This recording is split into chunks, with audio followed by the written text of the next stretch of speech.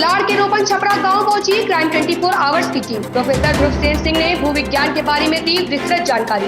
जिस पृथ्वी पर हम निवास करते हैं उसे संरक्षित रखना हम सभी का दायित्व। मेरे दो छात्रों ने छोटी गंडक नदी पर की है पीएचडी। मानव ने ही अपनी जरूरतों के लिए वातावरण को किया है दूषित। खेतों में रासायनिक खाद की जगह जैविक खाद का करे प्रयोग। नमस्कार, आप देख रहे हैं क्राइम 24 आवर्स। मैं हूं आपके साथ पलक शर्मा। आइए नजर डालते हैं खबर की ओर। मैं हूं और हम बात करने आए हैं प्रोफेसर ध्रुवसेन सिंह जी से। इनके बारे में बता दूं, लखनऊ विश्वविद्यालय के भू विज्ञान विभाग के आप अध्यक्ष हैं। आपको राष्ट्रीय भू विज्ञान सम्मान मिला हुआ है, आपको विज्ञान रत्न सम्मान मिला हुआ है, आपको शिक्षक श्री सम्मान मिला हुआ है और उत्तर प्रदेश सरकार की तरफ से आपको सरस्वती सम्मान से भी विभूषित किया गया है। कुछ मन में विचार हैं, कुछ भाव हैं, वही जानने के लिए आया हूं। सबसे पहले मैं अपने दर्शकों को बता दूं कि जिस स्थान पर हम हैं ये रोपन छपरा गांव बहुत ही संपन्न, बहुत ही ख्याति प्राप्त और शिक्षा के क्षेत्र में तमाम क्षेत्रों में यह गांव बहुत आगे है। और यहीं बगल में एक हम लोग के गुरुजी थे, उनके नाम पर शिक्षण संस्थान है स्वर्गीय भद्रसेन सिंह जी का, और उन्हीं के आप पुत्र हैं। तो पहला सवाल आपसे है, भू विज्ञान के क्षेत्र में अब तक आपने कौन कौन से काम किए हैं? देखिए, सबसे पहले तो मैं आपको धन्यवाद देना चाहता हूँ, क्योंकि मैं सैकड़ों बार से ऊपर तमाम राष्ट्रीय चैनलों पे आ चुका हूँ, लेकिन अपने क्षेत्र के और अपने स्थानीय चैनल पे संभवतः मैं पहली बार आ रहा हूँ। तो इसके लिए आप बधाई के पात्र हैं और बहुत बहुत धन्यवाद देना चाहता हूँ। देखिए, भू विज्ञान का क्षेत्र बहुत ही विस्तृत क्षेत्र है और मैंने संभवतः इसीलिए इस विषय का अध्ययन किया था कि वो विषय, वो पृथ्वी जिसके ऊपर के हम निवास करते हैं, उस पृथ्वी के बारे में हम कुछ जानकारी हासिल करें कि किस तरीके से इस पृथ्वी माँ को संरक्षित रखा जा सकता है और किस तरीके से ऐसा एक विकास किया जाए जो विकास सतत विकास हो, जिस विकास के कुछ दुष्परिणाम न हो, जिस विकास में आने वाले दिनों में कोई प्राकृतिक आपदाएं न हो। तो भू विज्ञान के क्षेत्र में मैं पिछले कई दशकों से नदियों के ऊपर काम कर रहा हूँ और आपको जान के बड़ी प्रसन्नता होगी कि अपनी जो ये छोटी गंडक नदी है, इस छोटी गंडक नदी पर मेरे दो छात्रों ने पीएचडी भी किया हुआ है। मेरे गांव के रोपन छपरा ताल पर भी एक छात्र की पीएचडी है और इस पे हमने दर्जनों शोध पत्र अंतर्राष्ट्रीय जर्नल में छापे हैं, जिस पे रोपन छपरा गांव और छोटी गंडक नदी एक अंतर्राष्ट्रीय स्तर की हो चुकी है। तो मैंने नदियों के ऊपर काम किया है। नदियों के ऊपर मेरी पुस्तक भी है जो अंतर्राष्ट्रीय पब्लिशर स्प्रिंगर से छपी हुई है, जिसमें अपने देश की सारी नदियों के बारे में है।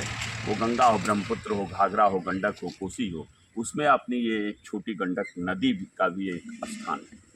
तो हमने नदियों से घाघरा में बरहज के पास काम करते हुए, जहाँ राप्ती नदी का संगम होता है घाघरा में, मैंने ये बताया कि नदियों से एक ही आपदा मानी जाती है, वो है बाढ़। हमने ये बताया कि नहीं, बाढ़ के अलावा भी एक प्राकृतिक आपदा है और वो है क्षैतिज कटान।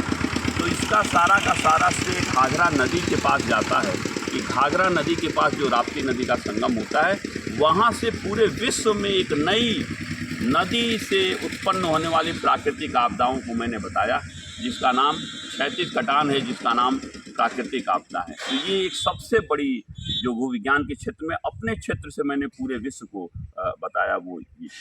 मेरा अगला सवाल है, ये पर्यावरण के बारे में बहुत चर्चाएं होती हैं देश में। पर्यावरण की रक्षा के लिए हम क्या करें तो जैसे पर्यावरण ठीक रहेगा? देखिए, बहुत ही समसामयिक प्रश्न है आपका। जलवायु परिवर्तन और पर्यावरण के ऊपर पिछले काफ़ी दशकों से विश्व के तमाम वैज्ञानिक काम कर रहे हैं। मैं भी काम कर रहा हूँ कि किस तरीके से जलवायु परिवर्तित हो रहा है, किस तरीके से मानसून उत्पन्न हुआ। गंगोत्री ग्लेशियर के द्वारा और नदियों के द्वारा इस पर हम बताने का प्रयास कर रहे हैं। झीलों के द्वारा भी, अपने रोपन छपरा ताल और निकहरी ताल से भी मैंने मानसून की उत्पत्ति कब हुई थी बताने का प्रयास किया है। तो हमें ये लगता है कि पर्यावरण, अगर आप देखें देहाती जी, तो एक ऐसी चीज़ है जो मुफ्त में हमको जीने की मूलभूत आवश्यकताएं प्रदान कर रहा है। आदमी चंद्रमा पे पहुंच गया, मंगलयान पे पहुंच गया, आदमी विश्व के और अंतरिक्ष के हर जगहों पे पहुंच गया, लेकिन यह हवा जिसमें हम सांस ले रहे हैं, यह हवा हमको प्रकृति मुफ्त में प्रदान कर रही है। वह पानी जिसको हम पी के जीवित रह रहे हैं, वो इंडिया मार्क II का हैंडपंप हमको ज़मीन से मुफ्त में प्रदान कर रहा है। जिस मिट्टी पे कि हम अपनी फसल पैदा कर रहे हैं वो भी हमको प्रकृति ने मुफ्त में दी। तो हम पर्यावरण को दूषित करते जा रहे हैं, प्रदूषित करते जा रहे हैं अपने क्रियाकलापों के द्वारा। मानव जनित गतिविधियों से हमने हर जगह पर्यावरण के तमाम अंगों को इतना प्रदूषित कर दिया है कि आप और हम अपने बचपन में जिस छोटी गंडक या घाघरा और गंगा का पानी हाथ से यूं हटा करके और पी लेते थे, आज आप में और हमारे में भी दम नहीं है कि किसी भी नदी का पानी अनट्रीटेड पी सके। तो वो नदियां जो मुफ्त में पीने का पानी प्रदान करती थी, हमारा और आपका ये नैतिक दायित्व है कि उनको हम संरक्षित रखें। हम वो कचरा, वो इंडस्ट्रियल वेस्ट, डोमेस्टिक वेस्ट जो उसमें डाल रहे हैं, वो हम लोग उसमें ना डालें। कहीं ऐसा ना हो कि आने वाले दिनों में हमारे ये जो क्रियाकलाप हैं, इसके कारण ऐसा ना हो जाए कि अब हम ट्रीटेड पानी ही पीते हैं, अनट्रीटेड पानी नहीं पी पा रहे हैं। कहीं ऐसा ना हो जाए कि आने वाले दिनों में हम अनट्रीटेड ऑक्सीजन भी ना यूज़ कर सकें, हम सदैव ट्रीटेड ऑक्सीजन ही यूज़ करें। अभी आप और हम हवा, खुली हवा में सांस ले रहे हैं, लेकिन पानी अब हम चाह रहे हैं कि आरओ और एक्वागार्ड का पिएं। तो यह हम ऐसे कार्य करें, इस तरीके से पर्यावरण को संरक्षित रखें कि ऐसा न हो कि आने वाले दिनों में हमको ट्रीटेड ऑक्सीजन का भी प्रयोग करना पड़े। ज़मीन है जिस पर हम खेती करते हैं, इसकी उपजाऊ शक्ति कम हो रही है। हम रासायनिक खादों का प्रयोग करके और फसल तो काट ले रहे हैं, लेकिन धरती पर इसका बुरा प्रभाव पड़ रहा है। इस बारे में आपका क्या कहना है? देखिए, हमें लगता है कि पहले आजकल एक नया शब्द आ गया है, और वो जो साधारण दाल और चावल और गेहूँ मिलता है, उससे कई गुना महंगा मिलता है, और उसको कहते हैं कि ये ऑर्गेनिक है। हमें लगता है कि जब हम लोग छात्र हुआ करते थे तो सारी चीज़ें ऑर्गेनिक ही हुआ करती थी। हम लोग ऐसा नहीं सुनते थे कि नहीं नहीं ये चीज़ इनऑर्गेनिक है। लेकिन जिस समय ग्रीन रिवॉल्यूशन आया है और गेहूं की फसल बढ़ाने की बात की गई 1966-67 के बाद से, उसके बाद से रासायनिक खादों का प्रयोग बढ़ने लगा, और गाँव में अब लोगों के पास उतने, हमको लगता है, जानवर भी नहीं है कि वो लोग गोबर की खाद दे सके। लेकिन जो जैविक खाद बनाई जा रही है उसका हम प्रयोग कर सकते हैं।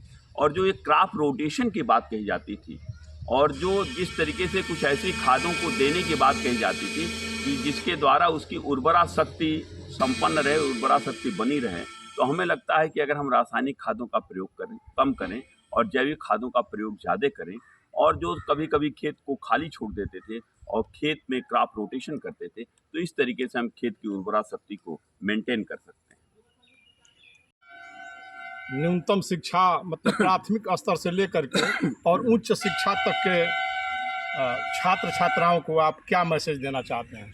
देखिए, कल यहाँ पे प्रोग्राम हुआ था आपसे ही, जिसमें सिलवर्धन सिंह साहब ने भी, या अमिताभ यश जी ने भी, या जिलाधिकारी महोदय ने भी जो छात्रों को संदेश दिए, बड़े ही अच्छे थे।